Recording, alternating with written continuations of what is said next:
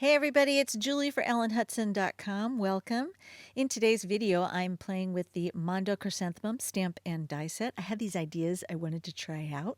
And the first thing I'm going to do is take a standard MISTI platform, and I have these quarter sheets of typing paper that I keep on my work surface so that I can pre-plan my layouts and test out color schemes, see if I like colors together. And that's what this piece of paper is inside there. And I'm using the L from the creative corners, the little rulers and corner guides and things. To line that up, I need to have it bumped away from the edges of the platform there because I'm going to be stamping off the edge of the paper. Now I've grabbed a gray ink pad because I'm just in the planning stages right now. I want to see how this is going to look. I'm going to clean that off. Because I'm going to stamp again and I don't want to get any ink from the chrysanthemum onto this. So I'm going to rotate my platform here, and then I'm going to use that L bracket one more time to position that piece of scrap paper there inside the platform. And see, I got to lift that ruler out because I'm going to stamp off the edges there. Get those loaded on there, and again, looks like it shifted a little bit because this, when your stamps are clean, they're kind of sticky, right? And that scratch paper will stick to them when you lift it up. So I had to reposition it again. But now I've stamped over the top. Now this is fine because this is just a template, right? I'm just testing my layout, and I'll make some notes on here that what size MISTI I used and where my L bracket was when I did it. And then I'll just toss that and store it inside the stamp set container so that next time I want to recreate this card, I don't have to do any of that thinking anymore. I already know where to place the stamps, where they're going to go, what the layout was, etc., etc., etc. Okay, so now I've got the good stuff. This is that charcoal gray cardstock, part of the Essentials by Ellen line of papers.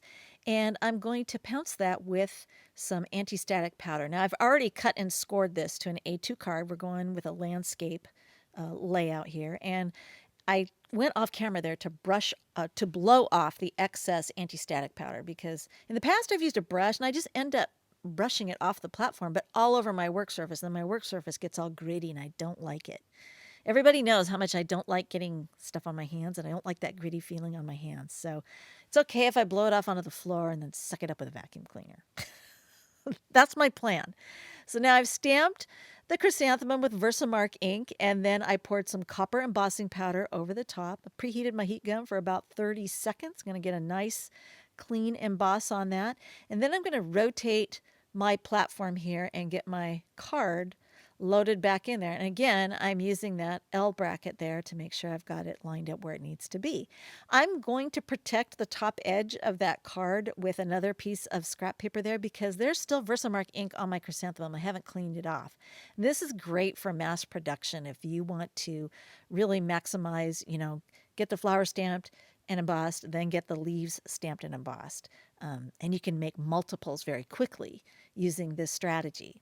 So now I've gone ahead and masked the flower. I have a mask that I've already made, been using for a while now. I did fussy cut it, and I actually stamped it onto some scratch paper and then put Zig 2A glue pen on the back of it to use it as a mask. I don't know why I didn't use my regular favorite masking paper, but that's what I did. And I keep that inside the stamp set as well. So anytime I need to use it, I've got it there, and I'll just, when it finally wears out, I'll make a new one. So now I've got my leaves all embossed, and that masking helps the leaves appear like they're behind the flower. And I'm going to grab some washi tape to finish off this card. It's a very solemn, somber card. It's a sympathy card, so I really did not want to get overly elaborate. I wanted to keep it very clean and classic and simple and elegant. I heat embossed with copper embossing powder the sentiment I wanted to use for this onto some scrap of white, and I put some foam tape on the back of that and popped that up on top of the washi tape, and that finishes this card. Now you could add more if you wanted to, but I think it looks very elegant just like that. Now I also took the leaves and I stamped and embossed them a couple times onto more watercolor paper. This is Canson 140 pound, that XL pad that I love so much. I'm always using it for watercolor work. And this is just a quarter sheet that I cut down. And I'm going to take the Zig Clean Color Real Brush markers. And even though it's white embossed and you probably can't see it very well, I can see well enough to just take the tips of those brush markers and lay some strokes of color down along the inside edges of those embossing lines. Now, you've probably seen me do this before where I did it along the outside, but this time I'm going on the inside because I just want to color the leaves. I don't want to color the area outside the leaves because I'm going to be die cutting these. So once I've laid down my color, and I'm not filling everything in, I'm just laying down strokes. These are medium to dark hues, so they're very pigmented, so I don't need a lot. And then I'm going to take my water brush and start pulling the color away from the embossing lines. So I'm going to start by pretty much focusing on the greens, and then I have a piece of paper towel there that I can dab my brush against to kind of clean it off before I move on to working on that brown color. They call it brown, but it looks more like rust to me. But either way, it just looks gorgeous to me with these greens. Very earthy looking. So I have that paper towel there, and if I need to, I can add more water. If I need to lift color out, I can add water and then daub it with the paper towel, clean paper towel, to lift color out if I need to. And if I want to add more color, I will tell you that one of the things I always have to remind myself about is not to add more color when the paper is wet, because if there's a lot of water there, the clean color real brush markers tend to wick up the water into the barrel, and then the color overall gets diluted in my marker. So I usually try to remind myself, let it dry, then come back and add more color, and then keep going. So you're just going to watch me continue pulling this color out. I went ahead and sped up the camera, and you're just going to see my process, which is very repetitive, but hopefully mesmerizing.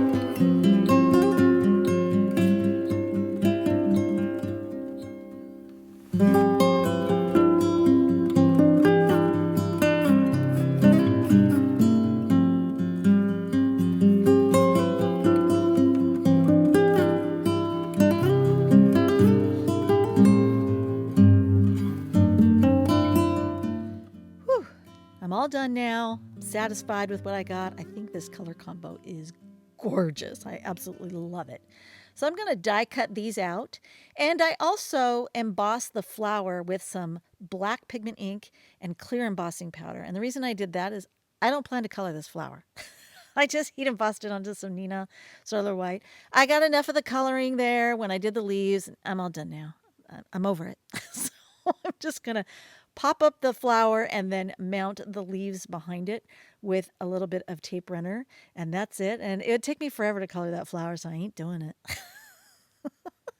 I white embossed the sentiment onto a scrap of black cardstock, trimmed it out, popped it up, Got that on the front of my card. And then for just some added texture, I have some distressed black soot paint that I've hung onto for forever. I love this stuff.